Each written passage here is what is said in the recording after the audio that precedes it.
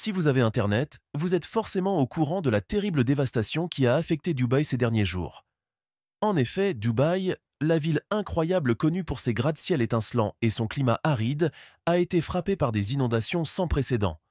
Quelques jours plus tard, les habitants se sont réveillés sous le choc, faisant face aux dégâts causés par les pluies torrentielles. En effet, sur l'Ama Fâché aujourd'hui, c'est l'heure du bilan. Selon le journal Gulf News, les inondations ont été les pires que la ville ait connues depuis plus de 75 ans, avec certaines zones enregistrant plus de 250 mm de précipitations en moins de 24 heures. Les zones les plus touchées comprenaient Al-Koussaïs, Al-Narda, Al-Touar et Deira, où de nombreuses maisons et entreprises ont été inondées, et parmi elles, les magnifiques villas de certains de vos influenceurs préférés. Regardez un peu. Heureusement, j'ai eu de la chance. Je suis juste inondée autour. Je me plains depuis quelques jours, mais je sais à quel point j'ai eu de la chance. Il y a vraiment, j'ai connu des gens à Dubaï là, qui ont été en galère totale. Moi, j'ai un mec, à moi, mon architecte, qui me fait les travaux à la maison, avec qui j'étais en réunion il y a 2 jours. Pour retrouver sa famille, il a dû faire 6 heures de nage pour rentrer chez lui, le pauvre. J'ai d'autres personnes, j'ai 2 autres personnes, leurs voitures n'ont pas les moyens, leurs voitures pas assurées pour tout risque. Ils n'ont plus de moyens de déplacement, ils n'ont plus d'argent, ils n'ont plus rien. Je m'approche de ma Ferrari là. Ouh là là là là là là. Déjà le pare-choc là il a pris un coup. Hein. Ouh là là là là. C'est horrible l'odeur aujourd'hui. Ah, il y a une odeur de poisson pourri. Putain, j'ai de l'eau tout là, regardez ça. De l'eau qui stagne là-dedans. Comment j'enlève ça?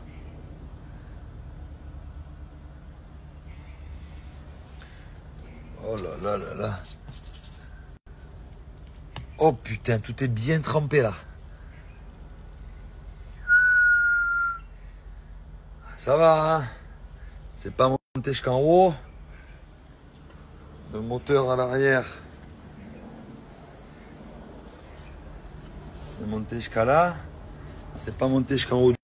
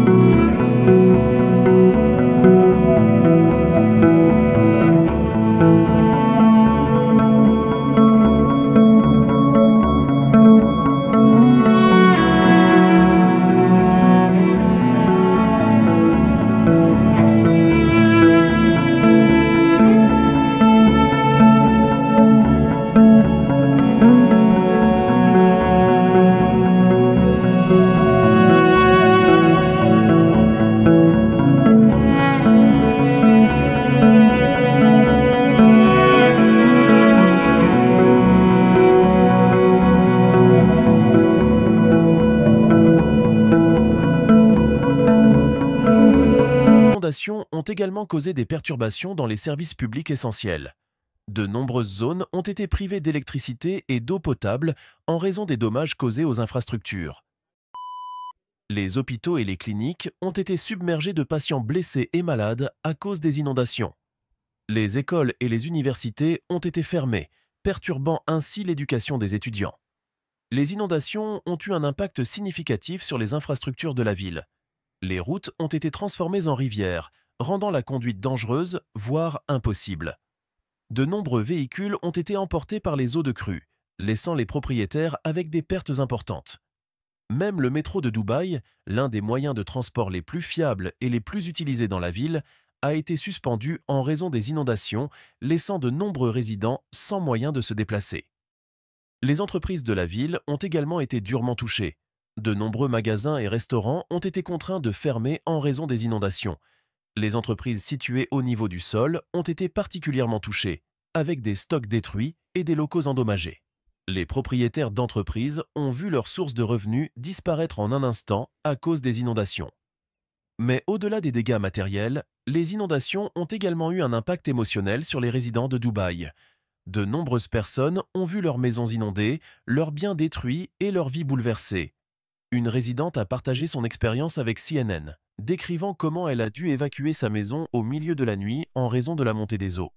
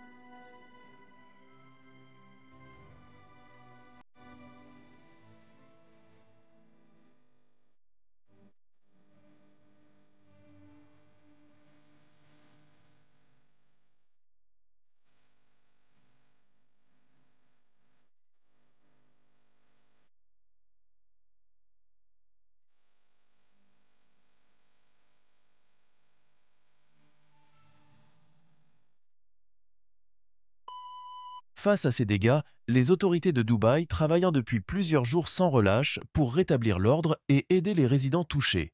Le gouvernement a fourni une aide financière aux personnes dont les maisons ont été endommagées et a mis en place des abris pour les personnes déplacées.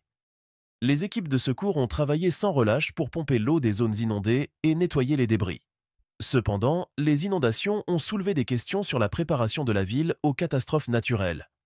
Les experts ont souligné la nécessité d'une meilleure planification urbaine, d'infrastructures plus résilientes et de mesures de protection contre les inondations. Ils ont également appelé à une action urgente pour lutter contre le changement climatique, qui est considéré comme un facteur contribuant aux inondations. En réponse aux inondations, les autorités de Dubaï ont annoncé des plans pour améliorer les systèmes de drainage de la ville et renforcer les infrastructures pour faire face aux catastrophes naturelles. Elles ont également lancé des campagnes de sensibilisation pour éduquer le public sur les risques d'inondation et les mesures à prendre pour se protéger. Malheureusement, ces terribles inondations ont pris 4 vies. 4 vies qui ne reviendront plus. 3 Philippins, dont 2 femmes et un homme, sont décédés pris au piège dans leur véhicule lors des inondations, selon le gouvernement de Manila. En outre, un homme émirati d'une 60aine d'années est également décédé parce que son véhicule a été emporté par les inondations dans l'émirat nord de Ras Al Khaimah. Une terrible situation qui nous fait forcément sympathiser avec le pays. En conclusion, les inondations des Émirats arabes unis ont causé d'importants dégâts et ont révélé les défis auxquels le pays est confronté en matière de gestion des catastrophes naturelles. N'oubliez pas de liker, partager et t'abonner pour plus de contenus éducatifs et informatifs et de regarder une autre de nos vidéos si celle-ci vous a plu.